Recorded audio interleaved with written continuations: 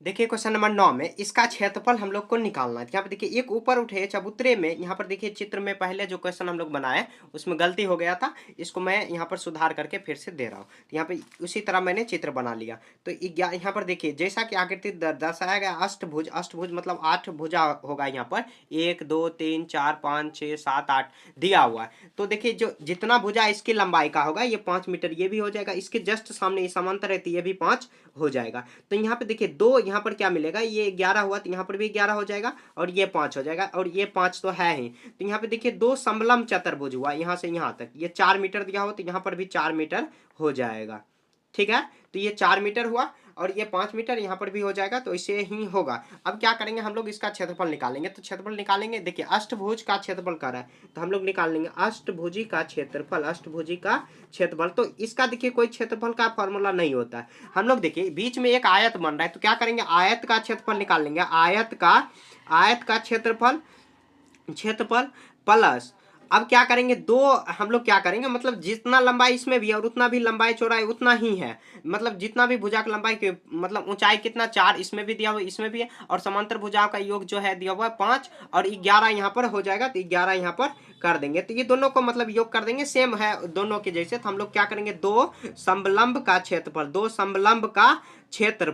तो अब फॉर्मूला बैठा देंगे। देखिए आयत का क्षेत्रफल हम लोग क्या जानते हैं, लंबाई गुना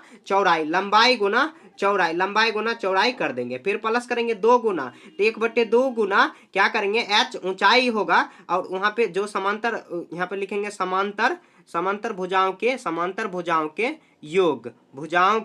योग कर देंगे, यही फॉर्मूला लगा देंगे तो हो जाएगा। 2 क्योंकि समान है इसीलिए 1/2 से हम लोग डायरेक्ट गुना।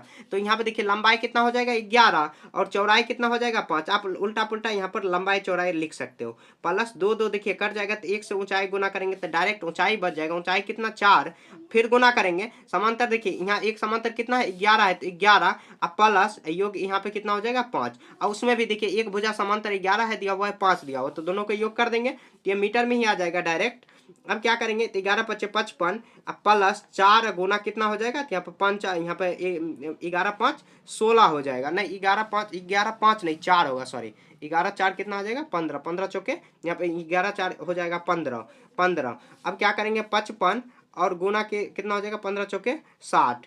अब गुना करेंगे तो कितना आ जाएगा 5 यहाँ पे 9 11 यहाँ पर देखिए समांतर भुजाओं की ऊंचाई कितना दिया हुआ है तो 4 दिया हुआ है, और समांतर भुजाओं का योग कितना दिया हो तो 11 + 4 हो जाएगा। 11 + 4 नहीं 11 + 5 होगा तो 11 और 16 होगा। 11 16 चौके 64 हो जाएगा। ओ सॉरी यहाँ पे मेरे से मिस्टेक हो गया, सॉरी इसके लिए 5 होगा 5 तो यहाँ पे देखिए 5 4 9 और 6 5 11 तो कितना है 119 मीटर स्क्वायर हो गया। तो यह इसका आंसर हो जाएगा। देखिए एक बार और मैं समझा दूँ, देखिए थोड़ा सा हो जाता है मिस्टेक, मतलब गुना भाग कर मतलब या कैलकुलेशन करने में, क्योंकि मैं आपको समझा भी रहा हूँ और बता भी रहा हूँ तो इसलिए हो जाता है, तो उसके लिए आप क्षमा कर देना। यहाँ पे देखिए क्वेश्चन को हम लोग ऐसे बना लेंगे। बनाने के बाद देखिए 2 समलंब इसमें दिखाई दे रहा है, एक यहाँ पर और बीच में जो दिया आयत दिया हुआ है। तो अष्टभुज का क्षेत्रफल ऐसे कोई फॉर्मूला होता नहीं है। तो क्या करेंगे यहाँ पर देखिए आयत का क्षेत्रफल और 2 समलंब का क्षेत्रफल। 2 समलंब क्यों निकाल लेते, 2 गुना डायरेक्ट कर दिए, क्यों,